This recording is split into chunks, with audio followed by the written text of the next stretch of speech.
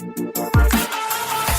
everyone, welcome to AOB, the show where we take you behind the scenes of business that does well in excess of £100 million worth of property deals every single year. We've got a huge team, we've got huge plans, we've got huge goals, and we share it. We do the weird thing where we be transparent. We give you the behind the scenes tour of our business. If you love property, well, you'll love this because it's a property business.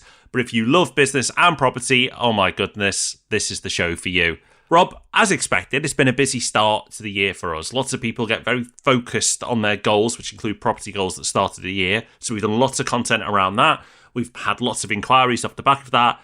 But that's just business as usual. But we've been all over the place. Yeah, we have. You in particular, because we've got lots going on with the business. We'll talk about that in a minute. But a couple of weeks back, you went out with a few members of our team to Dubai. So how did you manage to justify that as a business expense? And how did it go? Okay, here's my pitch. See how it sounds. So we have talked for a long time about doing something overseas because so many of our clients are actually overseas, around 10%. But that's 10% of our clients who are expats who found us. But we've never marketed to those people until very recently. They've just found us and thought, wow, what a great fit for what I do. And it makes sense, right? You're really far away, so you have to be hands off. And we are set up, we being Property Hub Invest, are set up to help people who are time poor or want to be hands off or have to be hands off, but have the funds to invest. And people in expat communities tend to earn quite well, so they've got the funds to do it, but they don't have the time or the ability to do it. And then they like to take advantage of the deals we have as well. So we thought it's about time we actually put some effort in, and Dubai was the first step towards that. So we plan to do more. Thank you to everybody who attended the event. Thank you for everybody who reached out before, during, and after the event as well. It was absolutely amazing. I can definitely see, and Rob, I will justify why, but I can definitely see another trip to the Middle East on the cards in the future. Probably Dubai, but other areas as well. If you do want to connect with me before that happens, I had lots of meetings on the last visit and lots already lined up for the next visit, which will be towards the back end of this year. Please do reach out to me on LinkedIn. It's just my name, Rob Bence. You find me there and reach out and connect. It'd be great to hear from you if you are doing interesting stuff in that area. It's just great to meet interesting people. And also it helps when it's in the sunshine as well, Rob. But I must add, this was one of our key growth levers. So we've had different parts of the business that we said, if we focus on this, it'll really help us grow. And the expat was one of them. We did identify that together with the rest of the leadership team. So it's not me trying to find an excuse to go to a sunny climate in the winter. Yeah, you're talking past the sale now. It's okay. I'm on board. I'm happy to sign off on the next one. It's all good. So let's move on from that. And let's talk about the business more generally. And I think, Rob, we were chatting the other day and you gave an analogy, which I think was really useful in kind of capturing where we are as a business now and what it is that we're trying to achieve. So how about you share that as a starting point? Okay, so when you get started in business, you have to make something that works, right? So you start up, you come up with a concept, and you'll make mistakes, lots of them, because that's part of the game. And then eventually, if you'll persevere long enough and you've got the right idea, you'll have a business that works. And that business is a machine. And then if you look at each area of that machine, you've got big cogs. So I want you to imagine big cogs in this machine. And you'll have one cog for marketing, you'll have one cog for sales, you'll have one cog for customer service, finance, and so on. And what happens is you spin those cogs and they all work. But when you want to grow, you can't grow them all equally at the same time. Ideally you would, but it just doesn't work that way. So you focus on an area. So let's say you focus on your sales team. You change things up, you improve your systems, you grow the team out. Then you've got a bigger cog. So you take the old cog away and you put this bigger, new, shiny one in. But the thing is, when you start spinning that cog, it puts the other cogs under pressure. So, for example, marketing would be under pressure then, because marketing then needs to deliver more leads. So you go to the marketing cog and you go, right, let's improve that. Let's come up with new initiatives. And you replace the old cog and put a new one in. But then you've got marketing and sales working, but suddenly you need to source more stock in our business. Or you need to be able to service that stock through customer service and sales progression. So you need to replace those cogs. So it's a constant game. You're constantly removing old cogs, put bigger, new, shiny ones in. But every time you put a bigger one in, it breaks one of the older, smaller cogs. And that is the game of business. Once you get to that point where your business is working, it's never finished. It's then upgrading your cogs as you go. That's exactly it. You never, ever get to a point where a business is just finished and done and you can leave it. Something in the market would change, competitors would change, and whatever was working would stop working. So you're never done. And I think really, Rob, the challenge is figuring out which cog you need to work on. Sometimes it's obvious, right? Sometimes you've got a part of the business that is visibly struggling, and that is what needs your attention. But sometimes it's not the case. Sometimes everything's working, but it's going, okay, well, what could I work on next that would have the biggest positive impact on the business? But then going beyond that, you have to think, okay, well, if I do that, then try to see round the corner, what is that likely to break next? So you can start getting ahead of it. Because once you've made the decision that, okay, this needs attention, it's not just a snap your fingers type thing. It involves recruitment, involves onboarding, involves changing processes, sometimes building out whole new systems. So the game, Rob, that we're playing now is figuring out which cog do we replace next and what's going to be the downstream effect of that, try and predict that in advance. And so we can start working on that at the same time. That's absolutely right, Rob. It's like you don't just work on one cog, pop it back in, and then wait to see what breaks. It should be obvious what's going to be under strain. So you do plan ahead. It's like chess. You're always planning a few moves ahead. It's the same in business. Once I've done this, what will play out next? Even before you've made that move. So it's exciting. It's fun. And that's why it's, like you rightly said, Rob, it's a never-ending game. And if you are in business and you are in this zone and this phase, it should feel like a game because games are fun. And this isn't easy, but it is fun. And that's what we're going through now, is replacing these cogs. I much prefer working on a business that works. You know how to fix these cogs, improve these cogs, and seeing the results of that work. It's much more fun for me than the starting, I have to say. And then any business that plateaus wouldn't be much fun to me as well. But this building stage is a tremendous amount of fun. Which is funny, isn't it? Because I don't think you necessarily would have said that in the past. But I think because the startup bit is the sexy bit, it's the bit that kind of get your adrenaline from. I think you can tell yourself that's what you want to be doing. And we've been through the startup phase multiple times with different lines of business, and sometimes it's worked out, sometimes it really hasn't. But I think at those times we would have told ourselves that's what we wanted to be doing. But now, having reached this point where it is optimizing and growing, yeah, it feels a hell of a lot better, doesn't it? It does, so much so. Focus is so important. And we've talked about focus so many times on the pod, both on the Property Podcast and AOB. And I don't think we need to go into it now. But what I would say is if you're watching all these cogs, it's very hard, if not near on impossible, to go and watch a load of other cogs at the same time. And that's a mistake that we've made. But we've got one set of cogs pretty much now that we are working on, and we're making sure they are the best cogs possible.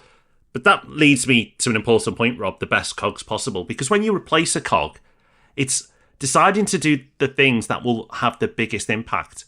When you say, okay, marketing's endless, there are many things you can do, but I suppose this point of focus comes back in again.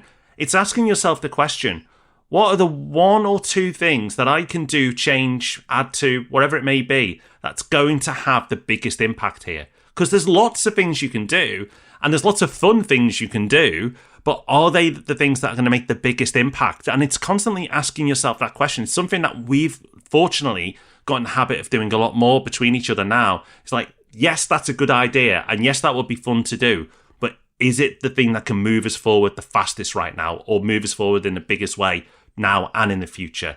And when you do that, it's amazing how many things you rule out. Yeah, we've got a list in Todoist of literally more than 50 things. I think we're up to about 53 at the moment of things that we have thought about and talked about and gone, yeah, interesting, but not now. Maybe not at all. And it's very easy and very fun to come up with wild ideas for new initiatives. But what would actually make the biggest difference is often just doing more of what's already working. So taking the marketing example, what has worked for us historically? What have we built the entire business on? Content. Giving away stuff for free, giving out information, making that really high quality so people know that we know what we're talking about, they trust us. Loads of people use that information to go away and become property investors and have success on their own. That's amazing. But a small group of people say, well, that's wonderful, but I don't have time to do it myself, or I don't want to, so can you do it for me, please? So that is what we've built the entire business on. So what should we do next? Well, probably more of that, right? Like more content and better content. So if you look at the jobs that we're hiring for at the moment at propertyhub.net/jobs, one of those is an in-house content creator /YouTuber. Because at the moment, we are the bottleneck when it comes to content. And we're not going to be replacing ourselves on the podcast. I'm not going to be disappearing from YouTube. But when it comes to the volume of what we put out, the channels that we're on, the quality of what we're doing, there's only so much we can do when it's just us. And we're trying to do a lot of other things at the same time. So this role that we're hiring for now, Rob, it's an incredibly difficult role to hire for, and the bar is ridiculously high for the person that we want, but I believe they're out there, and I believe that when we find them, that is going to be an enormous unlock for the business. Yeah, I agree. And I wouldn't be surprised if they listen to this podcast or the property podcast. I wouldn't be surprised if the person we end up bringing into the team is a podcast listener, because then they'll just get it. They'll absolutely get it. But I think it's like one of the coolest roles that we've ever advertised for, like a YouTuber. Like, it's the number one job amongst the youth of today, apparently, of the aspiration to become a YouTuber. And we're saying, hey, get paid to YouTube. You've got to do a little bit more than that. But that's one of the core roles. And like you said, Rob, it's not replacing us. It's adding to what we already do, which is great news for you listening. You're just going to get more and more from us in the future.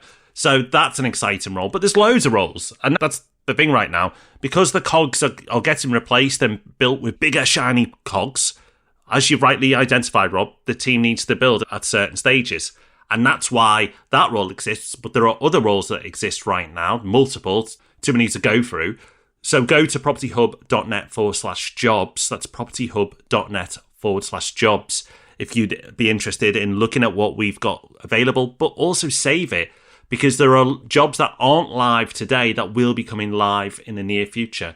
The vast majority of them are in Manchester, if not all of them. But we do hybrid, so if you can get to Manchester a few days a week, it might work. It's an exciting time in the business. It's great to be part of a winning team, right? When things are going right and you're just pushing and pushing. And for those people who are wired that way, who are like competitive, driven, are focused at winning, enjoy winning, it's great to be in a business that is growing fast, which we really are, growing fast in a good, profitable way, and then being a part of a winning team, a successful team. It's like, who likes coming second, third, and fourth? No one. Who likes losing? Nobody. But we all enjoy winning, well, the vast majority of us anyway. And if you're ultra competitive, like most of the people in our business are, then it's very enjoyable. Exactly. So that's how it's working for us at the moment. I think you can apply something very similar to your own business or even your own life if you don't have a business. It's quite similar to a book that I read a long time ago and have reread several times called The One Thing. And it's one of those books where the title kind of gives it away. But the idea is you're always asking yourself, what is the one thing that I could do that by doing this one thing, everything else becomes either unnecessary or vastly easier? And that's what we've talked about. We've got our list of 50 plus things, but these are the one or two things where if we just do these, then everything else falls into place. And anyone can apply that. And that's why it comes back to this idea of focus. Everyone has the same amount of time. They have the same amount of hours in the day. But some people get far better results than others. And there's only so much further you can get by devoting more of those hours to work or by working more intensely during those hours. It comes down to what you're working on. Are you doing the highest leverage activity? But then where we take it a step further with this cogs analogy, Rob, is by going, okay, when that works, then what's the next point? What's going to be the consequence of that? And how can I get ahead of it? And this way of thinking has been really helpful for us. But I think it applies to everyone. It certainly applies to property investors. Life's super interesting, right? To state the obvious. The cogs work here really well. And a great example of this is a tool called the Wheel of Life. You may have seen it. You may not know what it's called. I had to Google it to get the name of it. But the Wheel of Life essentially is every area of your life. And you can section it up however you like. So it could be fun, finance, family, friends, health, spiritual, career, business, however you want to split it up. You go round this wheel and there's lots of pieces of the pie and you colour it in a little bit. It means you're not very satisfied. And that pie gets filled out. And some areas will be full or near full, and full's 10 out of 10. And some will be lower scores. And then the intention is then to go and work on an area that you want to lift the score up. But what you find is once you improve one area, you go, okay, well, actually now here is lower, so let me go and bring that area up. It doesn't mean that one's always suffering if one's doing well. It just means that you've improved one so much, you've got that new level of satisfaction that actually now you've noticed the growth opportunity somewhere else. It's not quite the same, but it's similar. Search for it online and you'll see exactly what I mean. And have a go. Have that time to self-reflect on where you're at, because it could guide you to decide what is your next cog. You know, on a personal level, what do you need to fix?